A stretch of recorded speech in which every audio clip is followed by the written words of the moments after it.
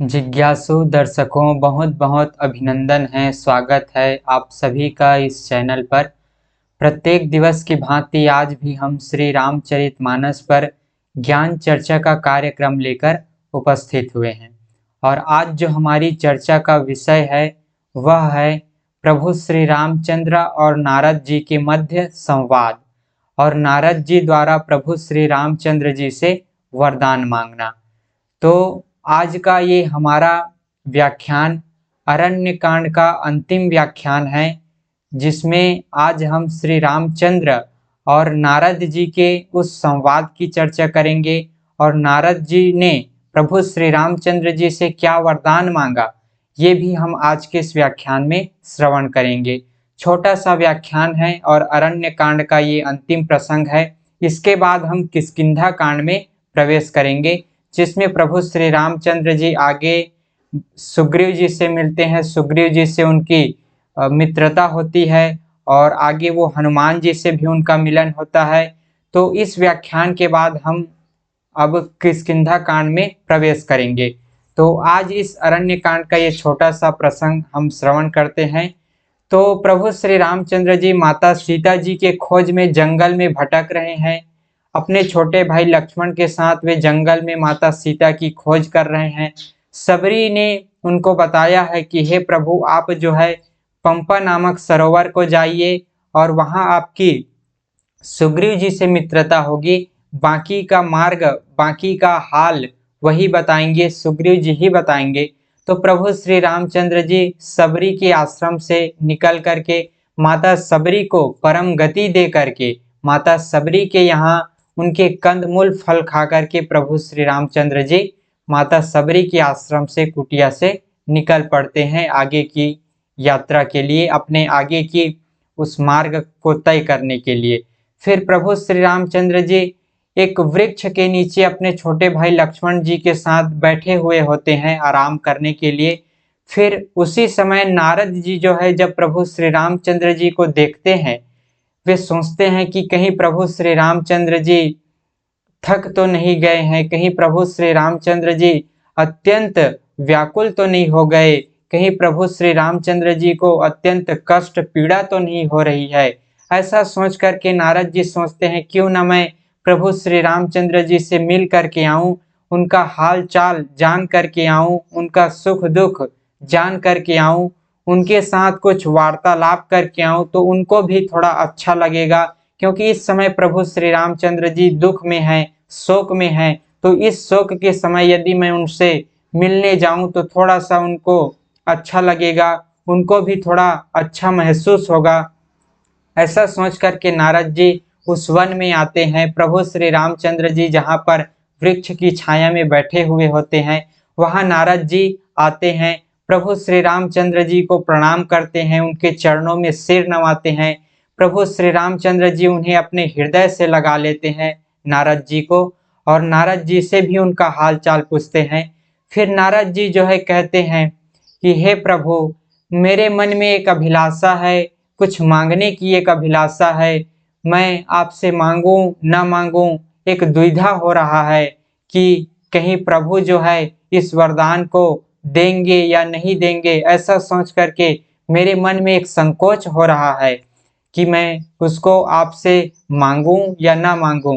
प्रभु श्री रामचंद्र जी कहते हैं, अरे नारद, तुम तो मेरे परम भक्त हो, तुम तो ज्ञानी हो, मुनि हो, तपस्वी हो, ऐसा संकोच क्यों करते हो? आप तो सारी बातें जानते हैं कि एक भगवान जो है अपने भक्त के लिए किस तरह से सब कुछ त्याग करके अपने भक्त को समर्पित हो जाता है, अपने भक्त को जो है प्रभु जो है उनके प्रति समर्पित होकर के अपने भक्त का उद्धार करता है। तो मेरा भक्त हैं आप, तो आप जो भी मांगेंगे मैं उनको पूरा करूंगा। निसंकोच आप मुझसे वरदान मांगिए, निसंकोच आपके मन में जो कुछ भी अभिलाषा है, इच्छा है, वो मुझसे मांगिए। मैं अपने भक्तों का, अपनी भक्तों की मनोकामना को अवश्य अवश्य ही पूर्ण करता हूँ। ऐसा प्रभु श्री रामचंद्र जी कहते हैं। फिर नारद जी कहते हैं कि हे प्रभु, अब आप कह ही रहे हैं, वरदान मांगने के लिए मुझको बोल ही रहे हैं, तो मेरा एक वरदान है कि हे प्रभु, मैं बस यही चाहता हूँ कि वैसे तो आपके अनेकों नाम हैं, आप तो सर्वस्व परमात्मा हैं, जगत के स्वामी हैं, अंतर्यामी हैं, संपूर्ण चराचर में आप ही छाए हुए हैं और आपके अनेकों नाम हैं। आप ही राम हैं, आप ही कृष्ण हैं, आप ही शिव हैं, आप ही नारायण हैं। आप जो है, आप अनेक रूपों में प्रकट होते हैं और आपके अनेक रूप हैं। तो हे प्रभु, मैं ये चाहता हूँ कि आपका जो ये राम नाम है, यही नाम सब नामों से श्रेष्ठ हो। सब इसी नाम को जप करके जो है अपने जीवन का उद्धार कर ले। सब भक्तों के हृदय में यही राम नाम रम जाए, यही मुझको वरदान दीजिए। सब नामों से इस नाम को आप श्रेष्ठ कीजिए, राम नाम को श्रेष्ठ कीजिए। राम नाम रूपी चंद्रमा भक्तों के हृदय में सदा निवास करें, ऐसा मुझे वरदान दीजिए। राम नाम लेने से सब भक्तों का उद्धार हो, सबको जो है परम गति मिले, सब जो है कल्याण के भागी बने, ऐसा इस राम नाम को कीजिए प्रभु। आपके ये नाम राम जो है अत्यंत ही पवित्र और मुक्ति को देने वाला है। हे प्रभु, मैं यही चाहता हूँ कि आपका ये राम नाम की महिमा अत्यंत ही बढ़े और सभी भक्तों का उद्धार करने वाला हो। ऐसे इस नाम की महिमा को बढ़ा दीजिए, अपने नाम की महिमा को बढ़ा दीजिए, सब नामों में श्रेष्ठ कर दीजिए राम नाम को। ऐसा जो है नारद कहते हैं। प्रभु श्री रामचंद्र जी कहते हैं, एवं मस्तु नारद, जैसा आप चाहो वैसा ही होगा। आज से मेरा ये नाम जो है सब भक्तों का कल्याण करने वाला बनेगा। जो भी मेरे इस नाम को जपेगा, जो भी मेरे नाम का सुमिरन करेगा, उसका जरूर उद्धार होगा, अवश्य ही उसका उद्धार होगा। वह भक्त मुझे अत्यंत प्रिय होगा। इस तरह से प्रभु श्री रामचंद्र जी कहते हैं। फिर नारद जो है खुश हो जाते हैं, प्रभु श्री रामचंद्र जी के चरणों में अपना सिर झुकाते हैं और अत्यंत ही प्रसन्न हो जाते हैं। फिर नारद जी कुछ वार्तालाप और करते हैं प्रभु से, कहते हैं, हे प्रभु, मुझे क्षमा कीजिएगा, मेरे ही श्राप के कारण आपको ये मनुष्य रूप धारण करके अपने पत्नी के वियोग में आपको ये दुख उठाना पड़ रहा है, भटकना पड़ रहा है। मुझे क्षमा कीजिएगा, क्योंकि नारद ही ने श्राप दिया होता है। और भी प्रभु श्री रामचंद्र जी के अवतार के अनेकों कारण होते हैं। उनमें से एक कारण ये भी होता है कि नारद जी ने प्रभु श्री रामचंद्र जी को श्राप दिया होता है कि जिस तरह से तूने मुझे बंदर का रूप दिया था और बंदर का रूप दिखाकर उस जो स्वयंवर होता है एक राजकुमारी का, उसमें नारद जी उस राजकुमारी को प्राप्त करने के लिए गए हुए होते हैं, तो वहाँ भगवान विष्णु जो है नारद जी को बंदर का रूप देते हैं। नारद जी मांगते हैं कि हे प्रभु, मुझे ऐसा रूप दीजिए, मुझे मेरे लिए वही कीजिए जो मेरे लिए मेरा कल्याण करने वाला हो। ऐसा नारद जी जो है वरदान मांगे हुए होते हैं। तो भगवान विष्णु जो है उनको हरि का अर्थात वानर का रूप देते हैं, क्योंकि वानर का एक नाम हरि भी है। तो वानर का रूप दिए होते हैं, तो उसे देखकर जो है वहाँ राज दरबार में जो राजकुमारी का जहाँ स्वयंवर हो रहा होता है, वहाँ नारद जी को अपमानित होना पड़ता है और जो है राजकुमारी उनके गले में वरमाला नहीं डालती। तो इस कारण से नारद जी जो है अत्यंत दुखी हो जाते हैं, अत्यंत क्रोधित हो जाते हैं कि मैंने हरि का रूप मांगा था, साक्षात आप ही का रूप मांगा था। भगवान विष्णु से कहते हैं, लेकिन आपने मुझे वानर का रूप दिया। तो इस तरह से जो है नारद जी उनको श्राप दिए होते हैं कि जिस तरह से आज तूने मुझे वानर का रूप दिया और जिस तरह से एक स्त्री के वियोग में, उस राजकुमारी के वियोग में जिसको मैंने चाहा था, जिसको मैं अपनी पत्नी बनाने के लिए गया हुआ था स्वयंवर में, उसके विरह में आज जिस तरह से मैं तड़प रहा हूँ, उसी तरह से आप एक दिन अपनी नारी के वियोग में, अपने पत्नी के वियोग में तड़पेंगे और यही वानर तेरी सहायता करेंगे। जिस वानर का रूप तूने मुझे दिया, यही वानर तेरी सहायता करेंगे सीता जी के खोज में, यही तेरे सहायक होंगे। इस तरह से नारद जी ने श्राप दिया हुआ होता है भगवान विष्णु को। तो ये भी प्रभु श्री रामचंद्र जी के अवतार का एक कारण है, नारद का श्राप। लेकिन भगवान विष्णु तो वही करते हैं जिसमें नारद जी का कल्याण हो। वे वानर का रूप इसलिए देते हैं क्योंकि नारद जी जो है अहंकार के वश मोह माया में उलझ चुके थे। उस राजकुमारी को पाने के लिए वह जो है काम वासना में, काम के जाल में फंस चुके थे, कामदेव के जाल में फंस चुके थे।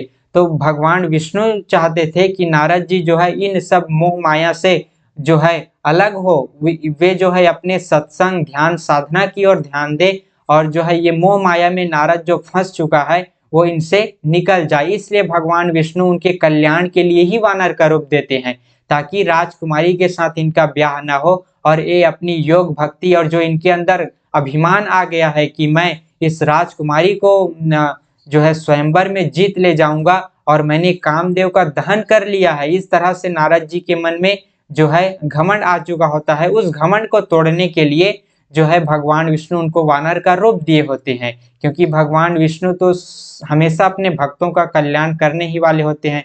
नारद जी को उस समय भला ही लगता है कि मेरे साथ आप उसने गलत किया, भगवान विष्णु ने गलत किया, लेकिन भगवान नारायण उनके कल्याण के लिए ही उनको वानर का रूप दिए होते हैं। अब जो भी हो सब तो उनकी लीला है, उस परमात्मा की लीला है, सब लीला करने के लिए वे इस तरह के अनेकों खेल खेलते हैं, अपने भक्तों का उद्धार करने के लिए वो तरह तरह की लीलाएं करते हैं।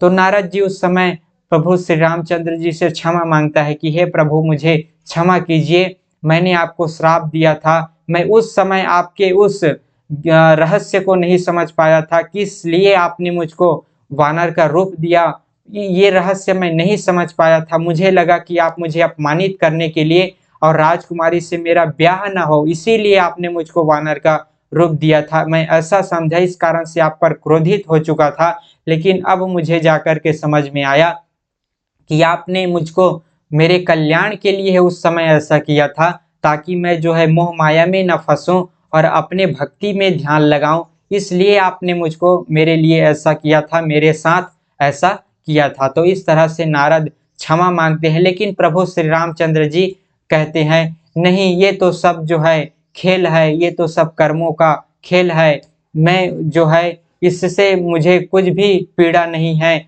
आपने जो मुझको श्राप दिया उससे मुझको कोई भी संताप नहीं है, कोई भी पीड़ा नहीं है, मैं तो अपने भक्तों के उद्धार के लिए ये सब लीला करता हूँ और आप भी मेरे भक्त हैं, आपका जो उद्धार हो इसके लिए यदि मुझे भी कष्ट सहना पड़े तो इसमें मैं सहर्ष स्वीकार करता हूँ।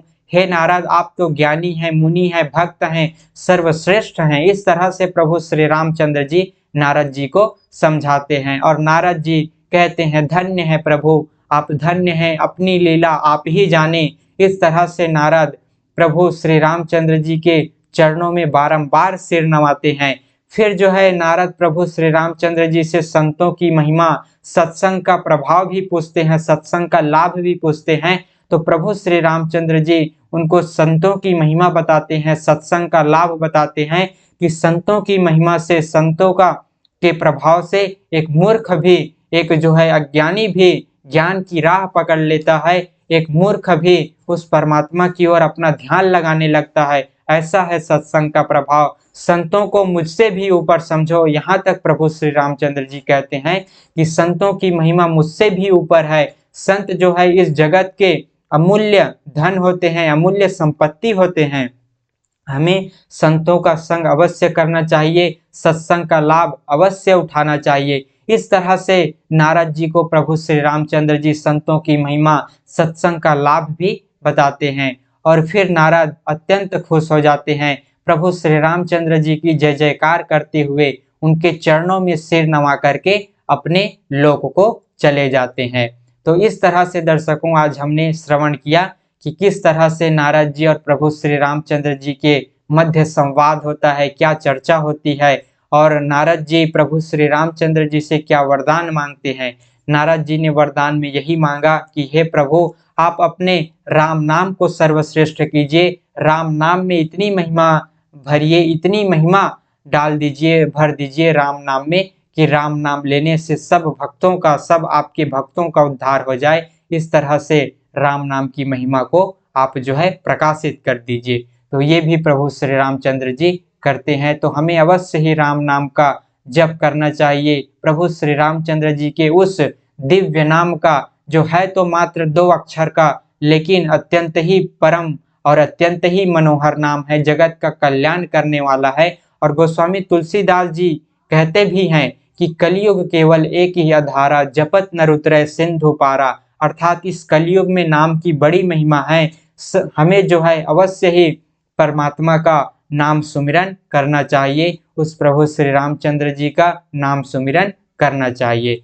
तो इस तरह से दर्शकों आज का ये हमारा अरण्य कांड का जो है आखिरी व्याख्यान पूर्ण हुआ। अब हम जो है किष्किंधा कांड में प्रवेश करेंगे। तो आज के इस व्याख्यान को हम यहीं पर विराम देते हैं। पुनः मिलेंगे अगले दिन आगे की चर्चा का कार्यक्रम लेकर। बहुत बहुत आभार आप सभी का। ओम तत्सत।